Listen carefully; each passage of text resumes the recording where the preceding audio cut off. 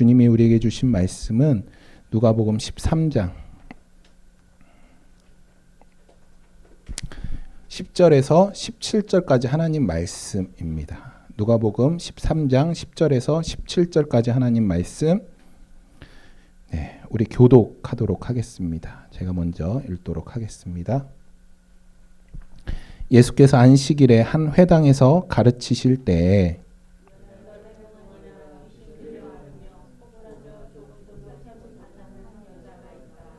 예수께서 보시고 불러 이르시되 여자여 내가 내 병에서 놓였다 하시고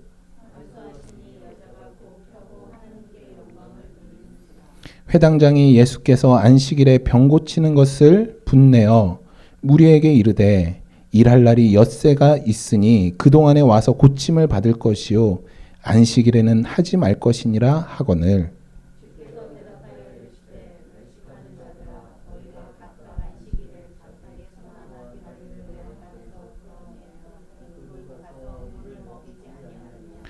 그러면 18해 동안 사탄에게 매임받은 이 아브라함의 딸을 안식일에 이 매임에서 푸는 것이 합당하지 아니하냐. 이 말씀을 하심에 모든 반대하는 자들은 부끄러워하고 온 무리는 그가 하시는 모든 영광스러운 일을 기뻐하니라. 아멘. 아멘. 감사합니다. 오늘은 누가복음 60번째 시간입니다. 우리 지난주 말씀 다 기억하시나요? 지난주에는 이제 회개에 합당한 열매. 예수님이 회개를 선포하셨습니다. 우리에게 이제 예수님이 회개를 선포하셨는데 회개하지 않으면 망할 것이다. 멸망의 길로 간다. 예수님이 이렇게 말씀하셨죠. 그럼 예수님이 무슨 권리로 이런 회개를 선포하셨을까요? 세상 사람들은 제가 이제 전도하면서 또 사람들이랑 이렇게 예수님 믿지 않는 사람들이랑 이야기할 때 종종 듣는 말이 있어요. 그런 말이 뭐냐면 맞아. 예수님이 4대 성인인 것 나도 알아. 그리고 예수님이 좋으신 일을 많이 했다는 것 나도 알아. 그런데 나도 그 정도는 아니래도 나도 법 없이도 살 사람이야. 나도 착한 일 많이 하고 괜찮은 사람이야. 내가 뭐 그렇게 죽을 죄를 졌다고 나한테 회개하라? 그건 아닌 것 같아. 이런 이야기를 종종 들어요. 사실 우리 그리스도인들이야 회개하면 내가 죽을 죄인입니다. 내가 진짜 막 이러면서 뭐 이렇게 하지만 사실 세상 사람들은 뭐 그렇게 자기가 죄인이라는 생각 크게 안 하고 살아요. 다들 자기가 이제 의롭다. 이 정도면 괜찮다 하는 사람들이 굉장히 많이 있습니다. 우리가 이렇게 복음을 전하면서 회개를 선포할 때 사람들은 그냥 이렇게 얘기해요. 감히 예수가 누군데 나랑 같은 인간 아니냐. 그런데 왜 나한테 회개하라 회개하지 말아라 뭐 이런 얘기를 하냐. 여러분 이것이 바로 세상 사람들이 갖는 예수님에 대한 생각이에요. 오늘 이것을 좀 기억하시면서 오늘 본문을 한번 보시면 좋을 것 같습니다. 오늘 본문에서 우리는 예수님의 표적을 볼 수 있어요. 예수님이 지난 시간에 바로 윗 본문을 보면 회개에 대해서 선포하셨다 말씀드렸죠. 예수님이 회개 선포하시고 회개하지 않으면 멸망이 있다 말씀하셨어요. 예수님이 오늘 그 회개를 선포하신 뒤에 하신 일이 표적을 보이신 일이에요. 이 표적은 예수님 당신이 하나님이시다라는 것을 보여주는 것입니다. 한 여인이 있었어요. 그 여인은 이 예수 그리스도의 영광스러운 모습을 통해서 하나님께 영광을 돌려요. 그런데 동일한 한 사건을 보고 어떤 한 사람은 같은 일을 보고 정확하게 반대 반응을 보여요. 어떤 반응이냐면 분노, 화냄 이런 반응을 보여요. 오늘 본문에서. 이게 어떤 것이냐면 예수 그리스도를 보면서 어떻게 예수님을 보고 어떻게 예수님을 생각하느냐에 따른 두 가지 다른 반응이다라는 것이죠. 안식일에 예수님이 한 회당에 가셨어요. 그때 한 여인을 봐요. 그 여인은 허리를 펴지 못해요. 허리가 굽어서 머리를 이렇게 들 수 없는 상태예요. 이 허리가 굽은 채로 이 여인이 1, 2년 산 게 아니에요. 무려 18년이라는 시간 동안 그 허리가 굽은 그 고통 가운데 살고 있었어요. 제가 지난번에도 말씀드렸지만 유대인들은 질병이 온다? 이건 곧 무엇이냐면 하나님의 심판이에요. 무언가 이 사람이 죄를 지었기 때문에 하나님의 심판이 병으로 나타난 거다. 이렇게 이야기를 해요. 그렇기 때문에 이런 편견을 사람들이 여러분 그때 당시 사회가 무슨 국제화 사회였겠어요. 그 마을이 한 집 건너면 알고 이런 마을이 아니라 그냥 서로 다 아는 거예요. 집에 숟가락이 몇 개인지 다 아는 그런 조그만 마을이에요. 시골 마을. 그 마을에서 이 여인이 18년을 허리가 굽은 채로 살았어요. 그런데 사람들은 그걸 어떻게 보냐면 아이고 가엾다 얼마나 아플까가 아니라 저 여자 저거 무슨 죄를 지었어. 그래서 하나님의 심판을 받은 거야. 이런 편견을 갖고 그 마을에서 평생을 살아있는 거예요. 18년이라는 시간 동안. 저는 그랬을 것 같아요. 몸보다도 마음이 아팠을 것 같아요. 이런 편견과 오해를 가지고 살아간다는 게 얼마나 힘든 일이에요. 여러분 편견이 너무 무섭잖아요. 제가 어떤 이렇게 나이가 조금 있으신 저보다 한참 선배인 목사님이랑 이야기를 하는데 저는 전혀 안 그런데 이제 저를 책망하시는 거예요. 어떻게 목사가 그럴 수 있느냐. 어떤 사건에 대해서. 근데 그거에는 약간 비하인드 스토리도 있고 약간 어떤 원인이 분명히 있는데 이제 저한테 그러시는 거예요. 목사가 어떻게 그러냐고. 회개해야 된다고. 그거를 설명할 기회도 안 주고 저에 대해서 사실 그때 처음 만나신 분이었거든요. 처음 만난 분이 그냥 저를 그렇게 딱 판단해 버리니까 너무 답답하고 억울하고 그래서 제가 설명을 하려다가 안 했어요. 뭐 굳이 그렇게 막 구구절절. 왜냐면 되게 당황스럽더라고요. 이런 편견이나 오해를 받으니까. 근데 우리는 종종 그래요. 저는 사람 함부로 판단해서는 안 된다고 생각해요. 왜냐하면 각자 인생에 스토리들이 다 있잖아요. 어떤 이유들이 다 있잖아요. 우리는 함부로 판단해서는 안 돼요. 하나님은 되지만 판단하는 이는 바로 하나님 한 분밖에 없어요. 근데 우리는 너무 쉽게 판단해요. 그 행동만 보고 그 모습만 보고. 여러분 그렇게 하시면 안 돼요. 아마 이 여인도 너무 힘들었을 거예요. 그 편견과 그 오해. 그래서 일도 할 수 없었을 거예요. 할 수 있는 일이라곤 이 당시 아픈 사람들의 오해와 편견을 갖고 있는 이런 사람들은 할 수 있는 일이라곤 뭐밖에 없냐면 구걸하는 거밖에 없어요. 구걸하는 거. 여러분 이 누가복음을 쓴 누가는 의사였어요. 의사. 그런데 이 여인의 병에 대해서 의학적으로 어떤 병이다라고 말을 못해요. 그러니까 이 여인의 병이 어떤 병인지 아마 몰랐던 것 같아요. 아마도 귀신에 의해서 병이 들었을 가능성이 있을 거예요. 왜냐하면 예수님이 후에 뭐라고 말씀하시냐면 이 여인에 대해서 사단의 매인바 되었다라고 예수님이 말씀하시거든요.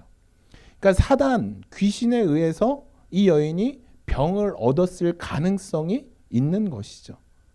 여러분 우리도 병을 충분히 우리가 질병을 얻을 수 있지만 사단이 주는 병도 있습니다.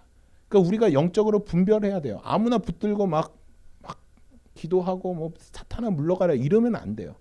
그렇다고 모든 병을 의학적으로 풀려고 하는 것도 아니죠. 우리가 분명히 하나님의 분별, 하나님이 주시는 분별로 주님께 묻고 기도하며 나아갈 필요가 있다라는 것이에요. 하여튼 예수님이 이 여인을 사단의 권세로부터 해방시켜 주셨어요. 그런데 여러분 재미있는 사실은 뭐냐면 우리가 주목해야 될 것은 이 여인이 예수님께 아무것도 구하지를 않았다라는 것이에요.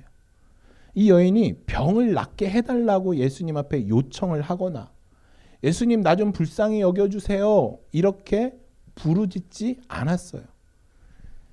한번 생각을 해보세요. 이 사람은 오히려 허리가 굽어서 고개를 못 들어요. 그러니까 예수님을 제대로 볼 수 없는 상태예요. 그런 그녀를 예수님이 먼저 보셨어요.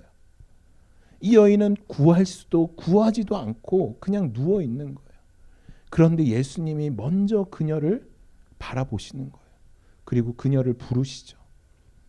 여러분 이 당시에 유대인 남자들이 공적인 자리에서 여자에게 아는 척을 하는 것은 큰 잘못이에요. 이것을 법적으로 금해 있어. 율법적으로. 심지어 밖에서는 와이프도 아는 척하면 안 돼요. 와이프랑도 이야기할 수 없어요. 밖에서. 이건 철저하게 율법으로 금한 이야기예요. 그런데 더구나 모든 사람들이 이 여자는 죄인이야. 하나님의 심판을 받은 사람이야. 그러니까 부정한 자예요. 그런 부정한 자, 특히 또 여인에게 청년인 예수님, 남성인 예수님이 말을 건다? 있을 수 없는 일이에요. 특히 예수님은 랍비예요. 사람들이 예수님을 랍비라 칭했어요. 공적인 자리에서 그렇게 한 여인에게, 그것도 아프고 하나님의 심판을 받은 여인에게 아는 척을 한다라는 것은 말도 안 돼요. 그런데 예수님은 그 당시 팽배했던 그 사회 규율, 시선, 사람들의 시선, 사람들의 판단, 여러분 그거 두려워하지 않으셨어요. 예수님은 그 모든 장벽을 깨셨어요. 그리고 그녀를 부르시고 이렇게 선포하셔요. 여자여, 내가 내 병에서 놓였다. 저 이게 너무 감사한 것 같아요. 여러분 우리 예수님은 사람들의 시선, 사람들의 반응 그거 신경 쓰지 않으세요. 그냥 우리에게 사랑한다라고 말씀하셔요. 예수님이 그거 신경 썼으면 하나님 나라에서 내려오셨을까요? 그의 보좌와 그의 영광을 다 버리고 이 땅에 낮고 낮은 곳으로 오셨어요. 사단이 그랬겠죠, 예수님한테. 예수님 만왕의 왕 아니십니까? 아니 어떻게 그 높은 보좌를 버리고 저 하잘것없는 저 정말 아무것도 아닌 인간을 위해서 어떻게 예수님이 이 땅에 낮고 낮은 자리로 올 수 있습니까? 사단이 그래서 예수님을 시험하잖아요. 근데 예수님 그거 신경 쓰지 않으셔요. 듣지도 않으세요. 그리고 우리의 이름을 불러주세요. 내가 너의 죄에서 너를 놓았노라. 그분이 바로 우리 예수님이세요. 너무 감사하지 않으세요? 여러분, 그런데 저는 예수님이 이 여인에게 여자여 내가 내 병에서 놓였다 이렇게 말씀하셨잖아요. 예수님 이렇게 말씀하시지 않았어요. 야 여자여 내가 너 건강해졌으면 좋겠다 이렇게 얘기하지 않으셨잖아요. 예수님은 지금 내가 병에서 지금 놓였다, 즉 너 치유받았다, 너 병 나았다 선포하신 거예요. 여러분 이게 얼마나 어려운 건지 모르시겠죠. 아마 우리 디모데 전사님은 조금 공감이 가실 텐데 저는 나 한번 이 믿음의 고백 한번 해보고 싶다. 이 얼마나 제 간절한 소망인지 아세요? 제가 우리 에린이가 계속 열이 나고 그러잖아요. 그래서 우리 경호 형제랑 지영 자매로부터 이제 메시지를 받아요. 목사님 우리 또 에린이 또 열 나는 것 같아요. 또 미열 나요. 또 이렇게 돼요. 그럼 제 안에서 어떤 마음이 막 불끈불끈 나오냐면 예린이의 열이 떨어졌노라. 그러면 열이 떨어졌어요. 딱 문자가 이제 딱 오면 이야 했다. 딱 이럴 텐데 그 말이 안 나와요. 그 이유는 뭐냐면 제 안에 믿음이 없는 거죠. 여러분, 예수님은 저처럼 이렇게 얘기하지 않았어요. 제가 저 여자 날까? 등이 펴질까? 펴져야 되는데. 요즘 예수님이 그런 걱정 안 하셨어요. 여자를 보고 그 여자에게 다가가셔서 여자여, 내 병이 낫다. 그냥 선포하셨어요. 그리고 그 선포가 어떻게 됐어요? 예수님이 말씀하시고 그 말씀이 끝나자마자 그 말씀에 순종해서 병이 떠나가는 거예요. 그 말씀에 순종해서 귀신이 떠나가는 거예요. 하나님이 천지를 창조하실 때 태양아 제발 있어라 하지 않으셨어요. 빛이 있으라 하니까 빛이 있고, 어둠이 있어라 그러니까 어둠이 있고, 바다야 물아 너는 이 땅의 경계를 넘어서지 말아라 하니까 그때 이후로 물은 땅의 경계를 절대 넘지 않아요. 하나님의 말씀의 권세가 이런 거예요. 이것은 누구만 할 수 있냐? 하나님만 하실 수 있다라는 것이에요. 여러분, 예수님의 이 놀라운 선포, 오늘 주님이 우리에게 그 말씀의 권위를 가지고 이렇게 선포하시는 거예요. 사랑하는 복음교회 성도들아, 이제 너희들 모든 죄에서 자유함을 얻었다. 자유하세요? 주님의 말씀엔 권위가 있어요. 그런데 우리가 자유함을 못 누리는 이유는 주님의 그렇게 있는 권세 있는 말씀을 내가 믿지 않기 때문에 여전히 우리 삶에 죄의 묶임 가운데 있다라는 것이에요. 저는 오늘 이 예수 그리스도의 이 말씀의 선포, 이 권위의 말씀의 선포가 우리 삶을 자유케 되기를 간절히 소망합니다. 여러분 가운데 믿음을 가지시고 그 예수 그리스도의 그 어마어마한 선포 앞에 여러분 우리 아멘으로 고백하시기를 간절히 소망합니다. 예수님께서 그렇게 노임을 선포하신 다음에 그녀에게 안수하셨어요. 여러분, 안수하는 거, 몸에 손을 댄다는 거예요. 이 엄청난 비난과 조롱을 받을 일이에요. 근데 주님은 그런 거 전혀 개의치 아니하시고 그녀에게 안수하시고 그녀의 모든 상처와 억누름, 가난함, 외로움 모든 것들로부터 그녀를 자유케 해 주셨어요. 여러분, 이것이 얼마나 놀라운 능력인가요? 여러분, 회개를 외치셨죠. 예수님이 회개하라 외치셨어요. 안 그러면 너희들에게 멸망이 올 거야 라고 외치셨어요. 그런데 그 이야기를 들은 바리새인, 서기관들, 종교 지도자들, 그들은 어떤 생각을 갖고 있었냐면 내가 저 사람보다, 저 예수보다 내가 더 깨끗하지, 나 이렇게 율법 다 지키는데 내가 더 깨끗하지라고 생각했을 거예요. 그래서 회개는 자신들이 아니라 저 예수가 해야 돼, 이렇게 생각했을 것이에요. 그래서 그들은 회개를 외치며 믿음을 외치는 예수님을 향해서 당신이 무슨 권위로 그 회개를 외치느냐, 그렇게 예수님을 향해 분노를 쏟아냈어요. 예수님은 그런 사람들을 향해서 지금 사단에게 묶여있는 한 여인에게 자유를 선포했어요.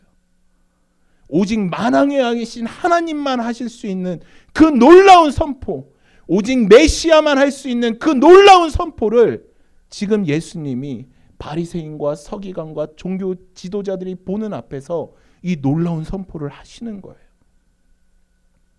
회당에 있던 사람들은 다 이 여인이 어떤 여인인지 알고 있었죠. 수십 년간 허리를 펴지 못하고 누워있는 이 여인을 알고 있었어요. 그런데 지금 이 놀라운 선포로 말미암아 지금 이 여인에게 놀라운 일들이 일어나고 있는 거예요. 지금 그것을 보고 있는 거예요, 사람들이. 여러분, 18년 동안 한순간도 허리가 펴지지 않았어요. 그런데 여기서 누가는 이 예수님이 이제 내가 내 병에서 놓였다 말씀하고 있어요. 여기 놓였다, 곧게 펴다 이런 단어는 수동태예요. 수동태. 그러니까 내가 병을 놓았다가 아니라 내가 병에서 놓였다예요. 이해가 되시나요? 이 여인이 허리를 폈다가 아니라 여인의 허리가 곧게 펴졌다예요. 수동태예요. 누군가 해준 거예요. 그분이 누구신가요? 예수 그리스도예요. 예수 그리스도. 여러분 창세기 12장 4절에 이 말씀이 나와요. 아브라함이 여호와의 말씀을 따랐고라는 말씀이 나와요. 아브라함이 의지적으로 하나님의 말씀을 따른 것이 아니에요. 내가 저 하나님의 말씀을 따라야지 하고 의지적으로 하나님의 말씀을 따른 것이 아니라 하나님의 말씀이 강권적으로 아브라함을 붙들어서 그를 질질 끌고 가는 거예요. 하나님의 말씀이.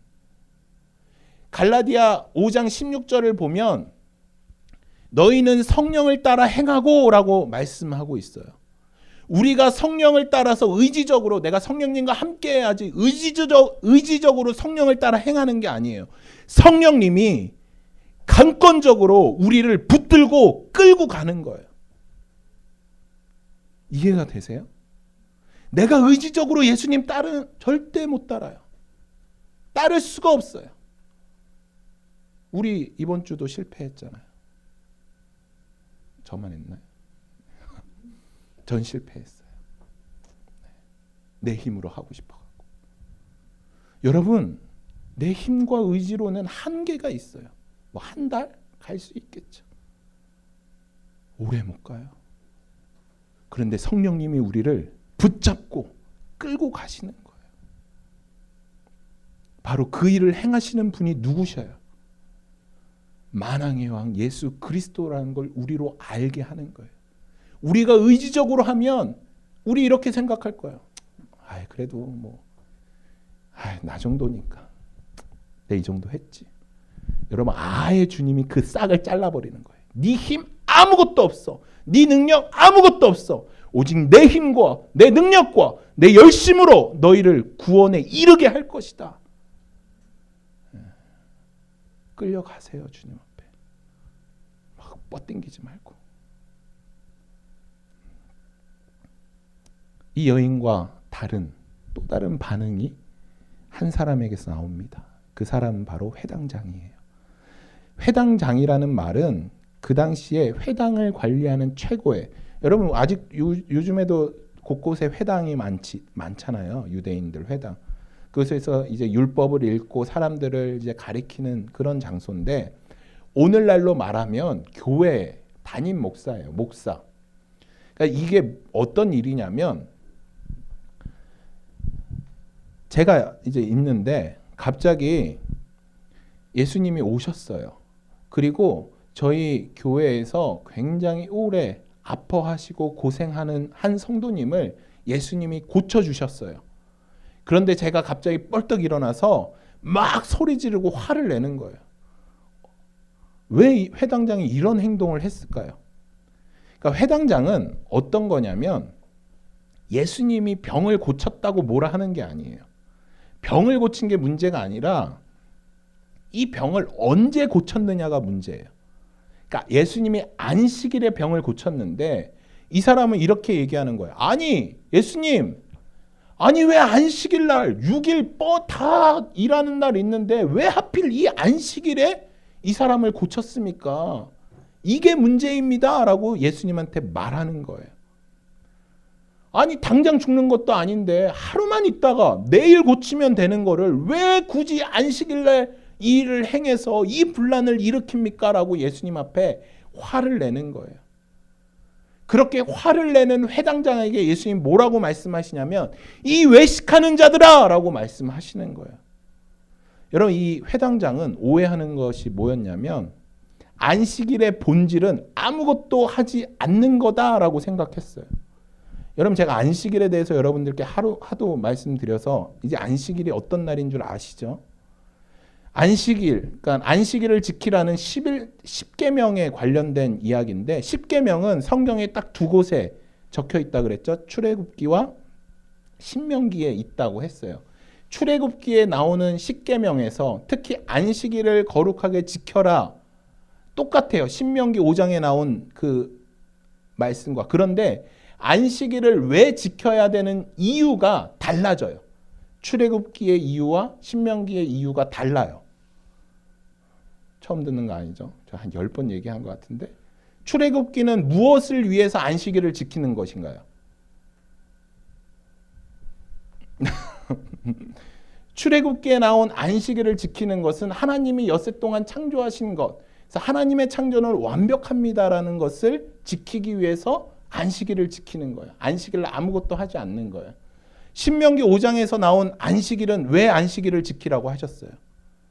너희들을 출애굽한 그것을 기념하고 기리기 위해서 안식일을 지키는 거예요. 그러니까 이유가 다른 거죠. 근데 결론은 안식일을 지키는 이유는 무엇인가요? 아무것도 안 하는 것에 목적이 있는 것이 아니에요. 안식일의 본질은 무엇이냐면 그 안식일 날 하나님이 우리를 자유케 했다라는 것이에요.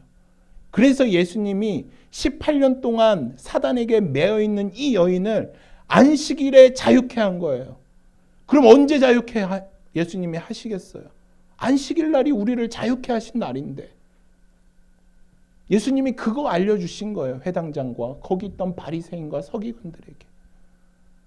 죄와 권세로 묶여있는 그 한 여인을, 또 우리를 예수님은 안식일 날 우리를 자유케 해주신 거예요. 이것이 바로 안식일의 본질이에요. 그런데 이 유대인들은 이 안식일의 본질을 떠나서 그냥 율법만 계속 지켰던 것이에요.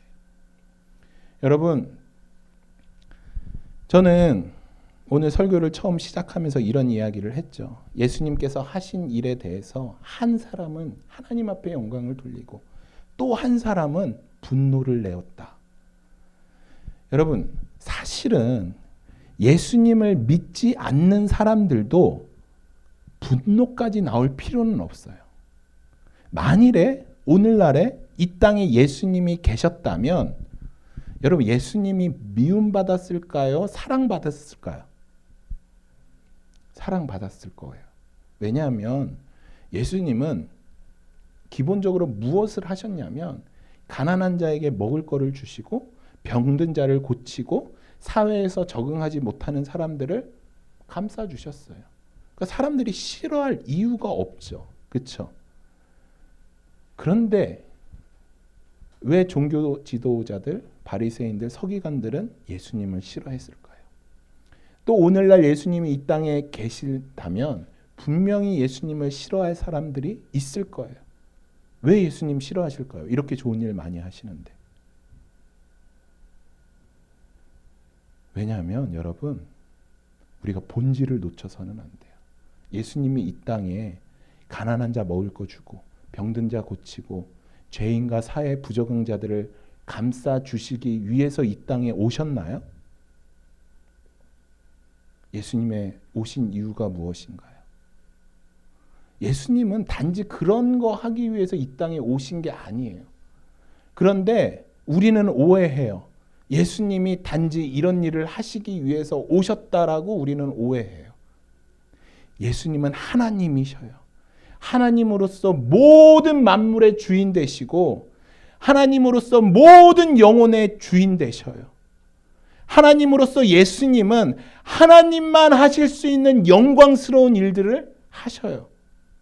그것은 단지 나에게 그냥 필요한 존재로 내가 힘들 때 나한테 위로를 주고 어려운 일 있을 때 그 어려움에서 나를 해결해 주는 그런 해결사 그 역할만 예수님이 하시는 게 아니에요. 나를 그냥 이 땅에서 건강하게 잘 먹고 잘 살게 해주시는 것이 예수님의 역할이 아니다라는 것이에요. 예수님이 우리에게 원하는 것, 예수님이 이 땅에서 우리를 통해 하시고자 하시는 일이 무엇일까요? 예수님 여러분들에게 뭐 원하실까요, 지금? 원하시는 거 맨날 얘기하는 거예요, 제가. 여러분 삶의 주인 되어지는 것. 내 생각을 무너뜨리고 내 계획을 주님 앞에 드리는 것. 그거 예수님이 원하시는 거예요. 그것 때문에 오신 거예요. 사단에게 뺏겼던 그 모든 것들을 다시금 회복시키기 위해, 그래서 주님이 다시 우리 삶에 이 땅 가운데 만왕의 왕의 자리로 오신 것이에요. 그런데 문제는 우리가 그거 원하지 않는 거예요.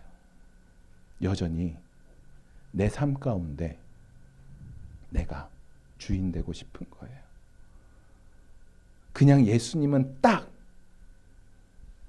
나 문제 생겼을 때 좀 도와주고 해결해주고 딱 거기까지만. 내 삶에 개입하는 건 아니요. 그래서 예수님이랑 성 긋고 살아가는 거. 그것을 사람들이 원하는 것이에요. 그래서 예수님이 이 땅에 오셔서 정말 예수님의 일들을 하실 때 사람들이 예수님을 떠나기 시작한 거예요. 나 거기까지는 원하지 않았어. 예수님 너무 내 삶에 개입하는데, 예수님 너무 내 삶에 들어오시는데, 아니에요 예수님. 난 예수님 그렇게까지 사랑하지 않아요. 혹시 이것이 우리의 모습 아닌가요? 우리 주님은 만왕의 왕이세요. 여러분 고백하실 수 있겠어요? 만왕의 왕이심은? 그럼 만왕의 왕이다라고 우리가 고백할 때 그 전제는 무엇인가요? 내 삶의 주인 역시 누구다? 주님이시다라는 것에 고백이 깔려 있는 것이에요. 여러분 그렇다면 제가 다시 한번 묻겠습니다. 여러분 삶 가운데 예수님은 만왕의 왕이신가요? 정말 아멘 하실 수 있겠어요? 저와 여기 계신 모든 성도님들이 저는 이 질문 앞에 우리가 아멘 하실 수 있으면 좋겠습니다. 세상 사람들은 자신의 계획과 자신의 뜻대로 살아가요. 하지만 우리는 만왕의 왕이신 주님의 뜻대로 사는 존재들이에요. 주님이 오늘 그거 보여주시려고 이 여인을 일으키신 거예요. 그리고 오늘 우리를 일으켜 주시는 거예요. 내가 너의 삶의 왕이다. 내가 너의 삶을 이끌겠다. 여러분 우리 이 시간 주님 앞에 우리의 삶을 좀 드리시기를 원합니다. 우리 기도하실 때 주님, 내 삶을 주님 앞에 올려드리겠습니다. 내 삶의 진짜 주인은 주님이십니다.